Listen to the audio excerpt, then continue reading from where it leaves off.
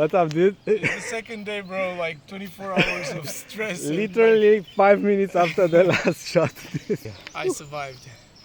We're just starting, but I took well done. Look, this guy fit and strong, ready to go. and young. And this guy,